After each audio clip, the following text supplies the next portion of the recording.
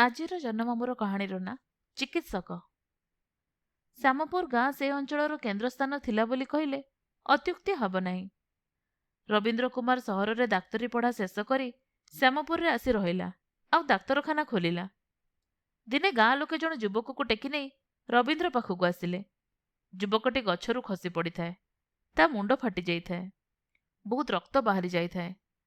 ରବୀନ୍ଦ୍ର ତାକୁ ବଞ୍ଚାଇବା ସକାଶେ ବହୁତ ଚେଷ୍ଟା କଲା, କିନ୍ତୁ କିଛି ଫଳ ହେଲା ନାହିଁ। ଯୁବକଟି ମରିଗଲା। 2 ଦିନ ପରେ ଗାଁର ଜଣେ ବୃଦ୍ଧ ବ୍ୟକ୍ତିଙ୍କର ହୃଦରୋଗ ହେଲା। ରବୀନ୍ଦ୍ର ତାଙ୍କୁ ବଞ୍ଚାଇବା ସକାଶେ ଯେତେ ଯାହା କରିବା କଥା କଲା, କିନ୍ତୁ କିଛି ଫଳ ହେଲା ନାହିଁ। ଗାଁର ଜଣେ ଲୋକକୁ ସାପ କାମୁଡ଼ିଦେଲା। ସେ ସଙ୍ଗେ ସଙ୍ଗେ ରବୀନ୍ଦ୍ର ପାଖକୁ ନ ଆସି ଅନ୍ୟ କ'ଣ ସବୁ ଚିକିତ୍ସା କଲା ଆଉ ଜଣେ ଗୁଣିଆ ପାଖକୁ ଗଲା। ଶେଷକୁ ରବୀନ୍ଦ୍ର ପାଖକୁ ଆସିଲା, କିନ୍ତୁ ସେତେବେଳକୁ ବିଷ ତା ଦେହଯାକ ଚରି ଯାଇଥାଏ। ସେ ମରିଗଲା। ଏହିପରି ଭାବରେ ଏକ ପରେ ଏକ 3ଟି ଘଟଣା ଯୋଗୁଁ ଶ୍ୟାମପୁର ଗ୍ରାମରେ ରବୀନ୍ଦ୍ରର ଖୁବ୍ ବଦନାମ ହେଲା। ଏହାପରେ ଲୋକେ କହିଲେ ରବୀନ୍ଦ୍ର ଡାକ୍ତର ପାଖକୁ ଚିକିତ୍ସା ପାଇଁ ଯିବା ଅର୍ଥ ଯମପୁରୀକୁ ଟିକେଟ କାଟିବା। ଏକଥା ରବୀନ୍ଦ୍ର ଶୁଣିଲା। ସେ ବୁଝିଲା ଯେ ଶ୍ୟାମପୁରର ଲୋକେ ଆଉ ତା ପାଖକୁ ଚିକିତ୍ସା ପାଇଁ ଆସିବେ ନାହିଁ। ଯଦିଓ 3ଟି ଯାକ ରୋଗୀଙ୍କ ଅବସ୍ଥା ଏତେ ଖରାପ ହୋଇଥିଲା ଯେ ତାଙ୍କୁ ପୃଥିବୀରେ କୌଣସି ଡାକ୍ତର ବଞ୍ଚାଇ ପାରି ନଥାନ୍ତେ, ତଥାପି ସେ କଥା ତ ଆଉ ରବୀନ୍ଦ୍ର ଗୋଟି ଗୋଟି କରି ସମସ୍ତଙ୍କୁ ବୁଝାଇବ ନାହିଁ ନିଜକୁ ରକ୍ଷା କରିବା ପାଇଁ। ତେଣୁ ଅବଶେଷରେ ବାଧ୍ୟ ହୋଇ ସେ ଗ୍ରାମ ଛାଡ଼ି ଯିବାକୁ ଚାହିଁଲା। ଆଉ ସେ ସେଠାରୁ ଯାଇ ଅନ୍ୟତ୍ର ଚିକିତ୍ସାଳୟ ଖୋଲିବାକୁ ସ୍ଥିର କଲା। ଗାଁର ସୁଧୀର ନାମକ ଜଣେ ଯୁବକ ସହ ତାର ବନ୍ଧୁତା ହୋଇଥାଏ।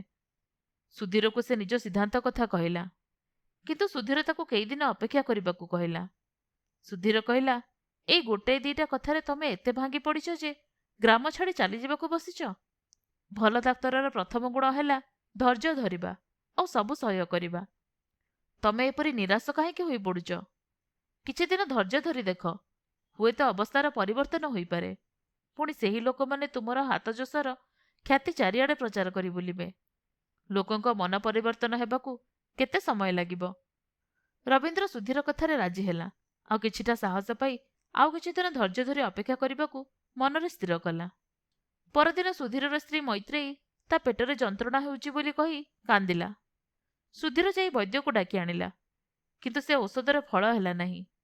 ଜଣେ ଲୋକ ଯାଇ ସହରରୁ ଜଣେ ନାମଜାଦା ଡାକ୍ତରକୁ ନେଇ ଆସିଲେ। ତାଙ୍କ ଔଷଧରେ ବି କିଛି ଫଳ ହେଲା ନାହିଁ। ଶେଷରେ ରବୀନ୍ଦ୍ରକୁ ଡକା ହେଲା। ସେ ଔଷଧ ଦେବା ମାତ୍ରେ ମୈତ୍ରେୟୀ ପୁରା ସୁସ୍ଥ ହୋଇଗଲା। ଗାଁ ଯାକର ଲୋକେ ଏକଥା ଶୁଣି ଆଶ୍ଚର୍ଯ୍ୟ ହେଲେ।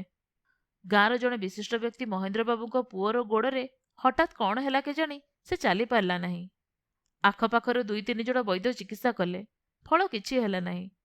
ବାଧ୍ୟ ହୋଇ ପିଲାଟିର ବାପା ରବୀନ୍ଦ୍ରକୁ ଡକାଇଲେ। ସେ ଅଳ୍ପ ସମୟ ଚିକିତ୍ସା କରି ପିଲାକୁ ଭଲ କରିଦେଲା। ପିଲାର ବାପା ବଡ଼ କୁହାଳିଆ ଲୋକ।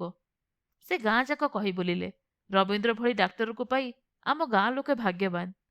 ପରଦିନଠୁ ହିଁ ରବୀନ୍ଦ୍ର ପାଖକୁ ଯଥାବିଧି ରୋଗୀମାନେ ଆସିବାକୁ ଲାଗିଲେ। ରବୀନ୍ଦ୍ର ବାସ୍ତବିକ ଭଲ ଚିକିତ୍ସକ। ସେ ସମସ୍ତଙ୍କୁ ମନ ଦେଇ ଚିକିତ୍ସା କରେ। ଅଧିକାଂଶ ଲୋକେ ତା ଦ୍ୱାରା ଉପକୃତ ହେଲେ।